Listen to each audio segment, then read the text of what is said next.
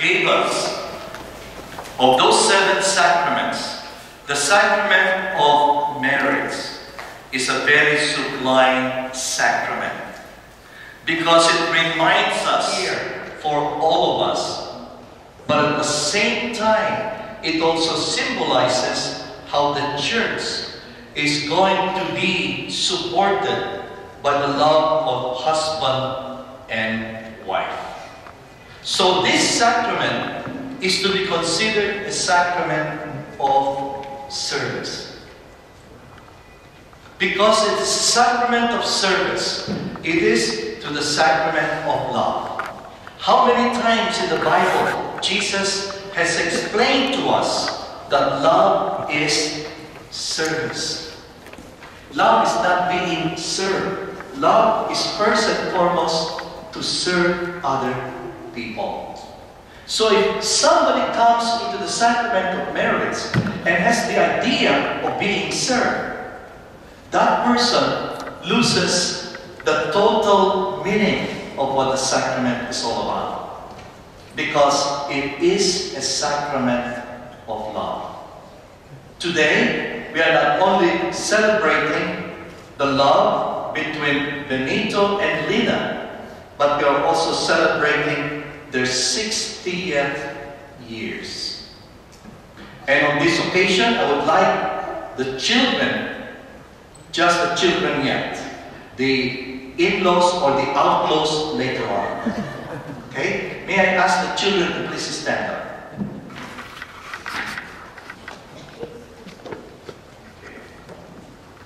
Where's the best man? The best man has walked out on you. Okay, the best man is here.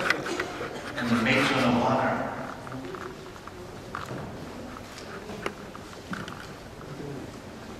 Okay. And together with them are also the additions to the family. May I ask them to please stand up, the spouses.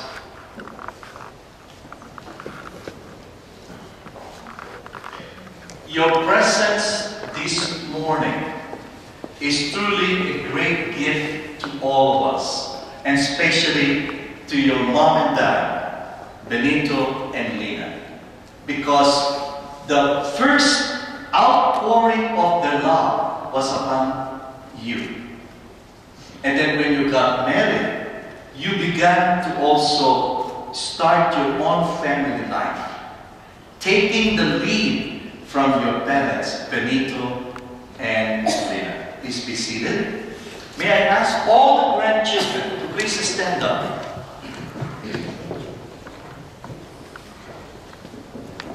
Please do not forget that you're a grandchild. Okay?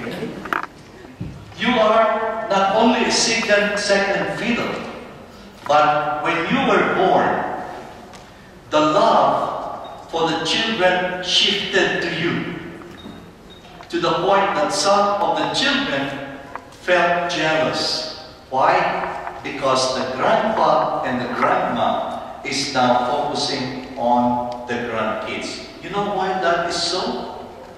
Because they want to feel young. Not that they don't feel young with you the children, but that with the grandchildren, they even become even younger. Thank you so much. I would like to ask if there's anyone here who was present 60 years ago when Benito and Lina got married. Would you please stand up? But you're very young. You were the flower girl. Look at that. And the two of you? I'm a sister. You are the elder sister. Younger. Okay. Very good. It's good that you're present here because you truly witness to that 60 years of love between Benito and Lina. Together with them, may I ask, aside from the children, the family, is there anyone here that has been with them in one of their anniversaries in the past. Would you please stand up? Anniversary. Okay. Very good. Very good. I'm so grateful that you are all present here. Thank you very much. Please be seated. You know, the celebration of anniversary gets its meaning from the very fact that the sacrament of marriage is between two people. That you will always give the best to your children. And I tell you, they have given the best for their children because they have brought up their children with a lasting legacy and inheritance of education. It's more than a diamond, it's more than gold, it's more than silver and bronze. It is what we call education. And because of this, they have produced 3 doctors, 1 architect, and 1 lawyer. That is an amazing task for Benito and Lina. Of course, Lina being a teen, and of course, also a PhD, in other words, well-educated, and of course, Benito being a lawyer, they have brought their gifts together, as St. Paul tells us in the second reading from the 13th chapter of the letter of Paul to the Corinthians. What did St. Paul say? Even if I have all the gifts of this world, but if I am lacking in that virtue that binds and bounds all this together, which is love, everything falls apart. And because of this love, they have brought their children with education. And to the grandchildren, you must take that lead. Whatever course you are taking, you have to sacrifice your time, your talent, and your resources. You know what I have seen lately among young people? They start the course. After less than a year, they shift to another course. And after a few months, they shift to another one, or they go back to the first one. They cannot make up their mind. In the past, that was a no-no, isn't it, Benito and Lina? You have to stick to what you want and stick to it by patience and sacrifice. And that's what the world challenges each and every one of us. We are not just free to what we want, but we must be free to follow the inspiration and guidance of the Holy Spirit. Typical of Ilocanos, they would always ensure that their children would have the best education. As you can see from that, which one is the best? Because I will tell you, the priesthood, which is the education of one's children. Benito and Lina have been very successful in that, which also means, children, that you must live up to the expectation. It's nice to be a child, isn't it? It's nice to be one who has been gifted, but it was Paul the Sixth who said, to one who has been given, you must now begin to share what has been given to you. And that's why what we have, only we are just relaying it. It's like a relay competition. You take the baton that you have to give it, otherwise you lose the competition. Lina and Benito have traveled together, and thank God you have done that. For the good you have done, for the hard work that you have done together. Of course, you must enjoy the fruits of your labor by traveling, learning more of what you yourselves have already learned.